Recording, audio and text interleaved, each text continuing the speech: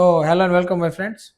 તો આજ આપણે એક નવા ઉમંગ અને નવા ઉત્સાહ સાથે એક ટોપિક લઈને આવ્યા છીએ. એ ટોપિકની એક એવી વાત છે કે અલગ અલગ 3-4 કિસ્સાઓ છે કે જેના કારણે મેં એક વસ્તુ જોઈ કે લોકોના મનમાં નેગેટિવ વિચાર બહુ બધા આવે છે.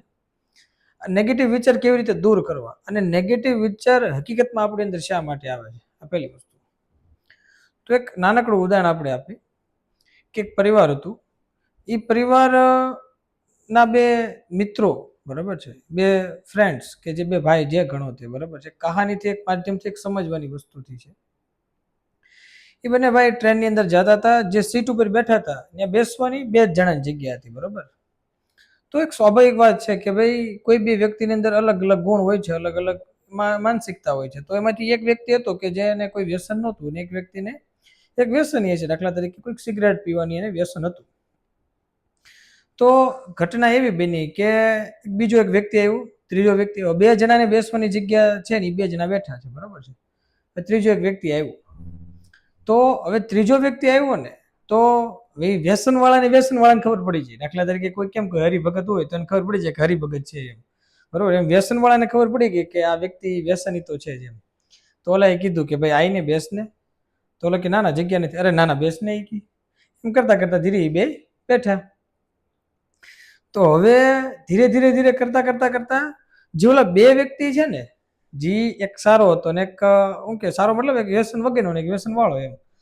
તો એ વ્યસન વગરનો હતો ને એને ધીરે ધીરે ધક્કો મારતા ગયા. ઓલા બે બેસી ગયા, બરાબર. ધીરે નિરાતે કોઈ સિગરેટ કે પાન માવો ખાતા હશે. તો ઓલો વયો ગયો, ઓલો બેઠો પડી ગયો એમ. તો આના માધ્યમથી એક વસ્તુ હું કહેવા માંગુ છું કે આપણી શરીરની અંદર છે ને હકીકતમાં 2 વ્યક્તિ હોય છે, બરોબર. એક સારો અને એક ખરાબ, બરોબર છે. જો સારાની સંગતમાં રહીએ તો જે ઓલો શેતાન હોય છે એ નાનો થઈ જાય, અને જો ખરાબ સંગતમાં રહીએ તો શેતાન મોટો થઈ જાય છે, બરોબર છે. એટલે એક આવી વસ્તુ છે. અને આમ ગણો ને તો અલગ અલગ યુગ પ્રમાણે અલગ અલગ કામ થાય. જો પેલા આપણે સૌથી પહેલા ઉપર જોઈએ તો દેવો અને દાનવો યુદ્ધ કરતા, આપણે એવું સાંભળ્યું છે, બરોબર. તો દેવો અને દાનવો યુદ્ધ કરતા પછીનો યુગ આવ્યો કે જેના કારણે અલગ અલગ રાજ્યો યુદ્ધ કરતા. દાખલા તરીકે ભારત ખંડ હતું તો બીજા ખંડ વાળા ભારત ખંડ સાથે યુદ્ધ કરતા. એવી રીતે યુદ્ધ, રાજ્યો વચ્ચે યુદ્ધ થતું. પછી એનાથી અલગ આવ્યું કે પરિવાર વચ્ચે યુદ્ધ થવા મળ્યા, કૌરવો અને પાંડવો. હવે એની પછીનો હવેનો યુગ છે કે યુદ્ધ આપણી અંદર જ થાય છે. હકીકતની વસ્તુ છે. તો આપણે કોની સાથે રહીએ છીએ ને એ વસ્તુ બહુ જરૂરી છે કે ભાઈ એના કારણે નક્કી થાય છે કે હકીકતમાં આપણે કેવા છે. કારણ કે છે તો દુનિયામાં સારા ગણો, ખરાબ ગણો કે મધ્યમ ગણો, છે તો બધા માનવી છે, બરોબર છે. તો આપણે હકીકતમાં નક્કી કરવાનું છે કે આપણે કોના જેવા છીએ અને કોના જેવું થવું છે. સીધી વાત છે કે સંગતના કારણે નક્કી થશે. લોકો એમ કહે છે કે ભાઈ આપણને વડીલો શીખવાડતા કે ભાઈ સંગત સારી રાખવી, બરાબર છે. તો આ એક ઉદાહરણ તરીકેનું છે એમ કે ભાઈ સારા વિચાર ક્યાંથી આવે. એક બીજી એક વસ્તુ કે ખબર છે, હમણાં આપણે ઘણી વાર સાંભળ્યું હોય કે તમે પણ જોયું, આપણે પણ સાંભળ્યું. આપણે માનો કે આપણને ઘણી વાર એવું થઈ જતું કે દુનિયા બધે ખરાબ લોકોથી ભરેલી છે, દુનિયા બધું ખરાબ ખરાબ થાય છે, કળિયુગ આવી ગયું છે ને એવું બધું થાય. તો એવું નથી કે ઘટના હમણાં જ બનવા મળી છે, છેલ્લા 10 વર્ષની અંદર. એવું કાંઈ એટલું બધું નથી કે ઝડપથી ઘટના બનવા મળી.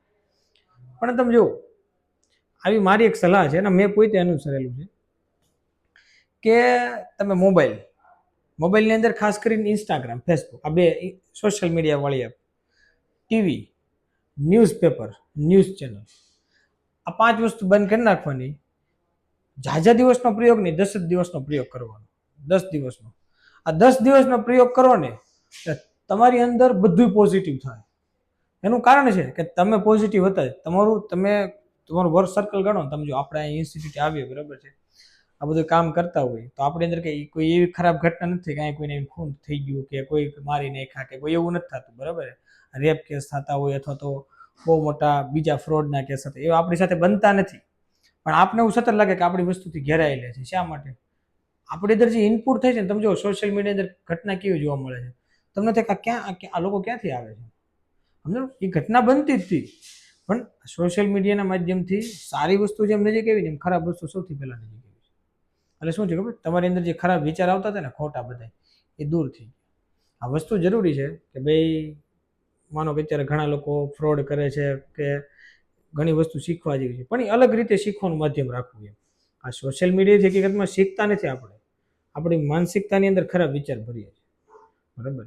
જેટલા વધારે ભરાય, આપણે જેમ વાત કરી, જેટલું જેની સંગત કરશું, જેવા વિચારની સંગત એવા આપણે બનશું. આ સૌથી પહેલી વસ્તુ.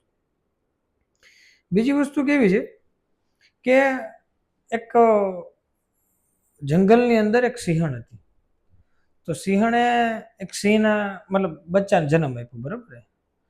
તો બચ્ચું જન્મમાં ભેગી સિંહણ મૃત્યુ પામી. તો ત્યાંથી એક ઘેટાનું ટોળું જાતું હતું. તો ઘેટાના ટોળાએ શું કર્યું કે ભાઈ જોયું કે ભાઈ સિંહ તો મૃત્યુ પામી છે અને સિંહનું બચ્ચું એકલું છે.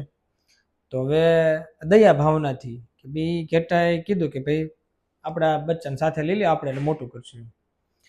તો હવે જન્મથી જ એની સાથે રહેવા મળ્યું, બરાબર.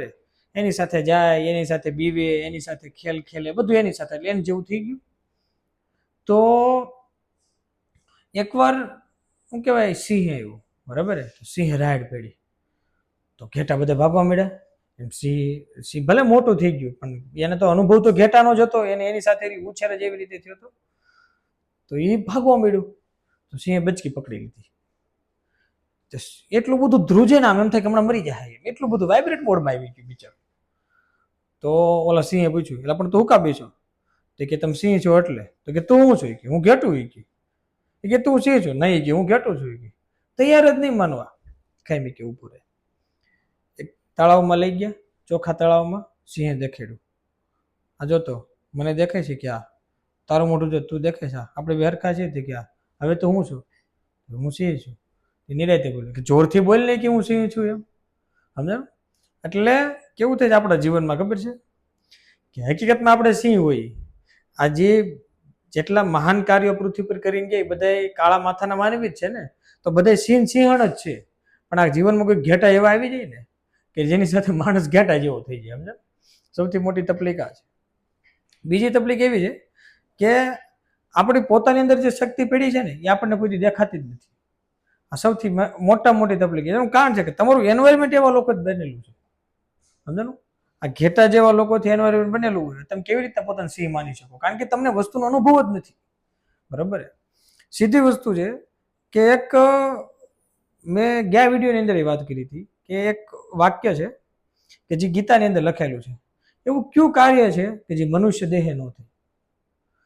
મનુષ્ય દેહની અંદર, ગીતાની અંદર કે રામાયણની અંદર અથવા તો જે કાંઈ પણ મહાન પુસ્તકો લખાણ, એની સૌથી મહાન વસ્તુ, મોટું કાર્ય મોક્ષ પ્રાપ્તિનું ગણ્યું. એમ નાની મોટી સુવિધા, સુખ સુવિધા એને નાની ગણી છે. સૌથી મોટું સુખ ગણ્યું હોય ને આપણે તો મોક્ષનું છે એમ, બરાબર. મોક્ષ પામવું એ સૌથી મોટું કામ છે. તો એ મનુષ્ય દેહ સિવાય એકેય દેહથી નથી થતા. 64 કરોડ યોનિઓ છે, 64 કરોડ અલગ અલગ પ્રકારના જીવ છે. એમાં મનુષ્ય દેહ એકથી જ મોક્ષ થાય છે. તો એ માણસથી જ પ્રાપ્ત થાય છે. તો એવું કયું કાર્ય છે જે મનુષ્ય દેહ ન થાય? બધા કાર્ય એવા છે જે મનુષ્ય દેહથી થાય. બીજી વસ્તુ કે એક વસ્તુને મહાભારત લોકો એવું કહે છે, આપણા વડીલો એવું કહી ગયા કે ભાઈ મહાભારત રાખવાથી ઘરમાં મહાભારત થાય. પણ મહાભારતમાં એક કિસ્સો શીખવા જેવો છે. ખાલી એક બેનું અલગ અલગ ભાગ પાડીએ. પેલા કેવા અલગ અલગ ભાગ કે ભાઈ પાંડવ અને કૌરવ ટોટલ મહાભારતના 13 દિવસના યુદ્ધમાં 18 અક્ષાયણી સેના લડી. એમાંથી 7 પાંડવ પાસે અને 11 કૌરવો પાસે. હવે તમે જોઈ લો કે સીધી વાત છે કે જે સૌથી શક્તિશાળી છે એ જ યુદ્ધ જીતશે, બરાબર. તો એ બાબતથી પાંડવ પાસે કાંઈ નહીં સિવાય 7 અક્ષાયણી સેના, બરાબર. પેલા તો યોદ્ધા મહાન જોઈ કે નહીં, તો એ તો સીધા જંગલમાં થતા, એક મહાન યોદ્ધા નહીં. આ પહેલી વસ્તુ. એ પોતે 5 ભાઈ, એ જ મહાન યોદ્ધા, બીજા જાજા કઈ નહીં. અને એના છોકરા હોય. ઓલા પાસે તો એની આખી જૂની કેબિનેટ મિનિસ્ટ્રી જ હતી. જૂની કેબિનેટમાં તમે ગણી લો, દ્રોણાચાર્ય, કૃપાચાર્ય, પિતામહ ભીષ્મ, પોતે 100 ભાઈઓ, બરાબર છે. અને આખું ભારત ખંડ એનું. બીજું કે 11 અક્ષરની સેના એની. અને ઓલા તો 12 વર્ષનો વનવાસ ને 1 વર્ષનો અજ્ઞાતવાસ કરીને વળે. 13 વર્ષ તો એ 13 વર્ષથી તો જંગલમાં જ રખડતા હતા. એટલે એવો કોઈ રાજકીય પક્ષ નહીં એની પાસે જેની સાથે એટલું બધું કામ કરી શકે, બરાબર. આમ ગણો તો એક બાજુ ગરીબ અને એક બાજુ અમીર, આ બેનું યુદ્ધ થવાનું હતું, બરાબર. ભલે સત્ય અસત્યનું હતું, પણ હાલ તો કેપેસિટી પ્રમાણે તો એવું જ થાય ને. તો આ બેનો સરવાળો મારો તમે, તો જીતવા કોણ જોઈએ? કૌરવો જોઈએ, પાંડવો નો જીતવા જોઈએ. પણ પાંડવો પાસે કોણ હતું ખબર છે? કૃષ્ણ હતા. અને કૌરવો પાસે કોણ હતું ખબર છે? મામા શૈલ્ય. શૈલ્યનું કામ શું ખબર છે?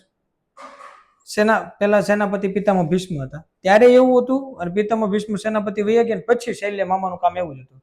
શું કરે?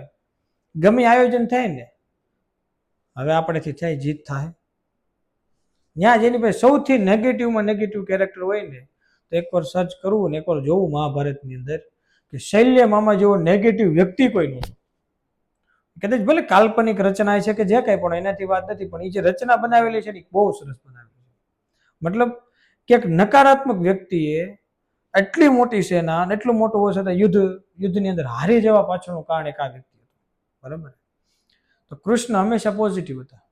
એને તો ગાંડીવને મતલબ અર્જુનને ગાંડીવ પકડાયું હતું કે એટલો બેસી શું કે ઊભો થાય યુદ્ધ કરવાનું. બરાબર? એટલે બે વસ્તુ વચ્ચેનો ફરક પડે છે કે ભાઈ તમારી સાથે કેવા વ્યક્તિ છે હકીકતની અંદર. અને બીજી વસ્તુ કે સાથે એટલે હવે યુદ્ધ છે ને, હવે મતલબ કે તમે તમારે પોતાને કેવા બનાવવાના છે ને એનું નક્કી જ એનાથી કરાવવાનું છે કે તમારી સાથે રહેલા વ્યક્તિના વિચાર કેવા છે. તમારી સાથે રહેલો વ્યક્તિના વિચાર જેવા છે એવા વિચાર તમારી પાસે આવશે. અને તમારી અંદર તો બે રહેલા છે. બરાબર છે? એ વ્યક્તિનો ફોર્સ કરે છે એટલે તમે એવા બની જાઓ, કે આ વ્યક્તિ ફોર્સ કરશે તમે એવા બની જાઓ. તમારે તમને કેવા બનાવે છે? એક બુદ્ધિશાળી, એક મંદ બુદ્ધિ, એક શક્તિશાળી, એક શક્તિહીન, કેવા બનાવે છે? બરાબર છે? એટલે આ વસ્તુ એની ઉપર છે. એટલે હકીકતમાં જો નેગેટિવ વિચાર આવતો હોય તો મારી એક સામાન્ય રાય છે લાસ્ટની અંદર કે ન્યૂઝ ચેનલ, ન્યૂઝપેપર અને આ ઇન્સ્ટાગ્રામ ને ફેસબુક આને માત્ર 10 દિવસ બંધ કરી દેવા જોઈએ આપણે પોતાને વાપરવા માટે, તો તમારી આજુબાજુનું લગભગ વાતાવરણ બધું પોઝિટિવ થઈ જાય. Thank you very much. ચેનલને સબસ્ક્રાઇબ કરો, વિડીયોને શેર કરો. Thank you.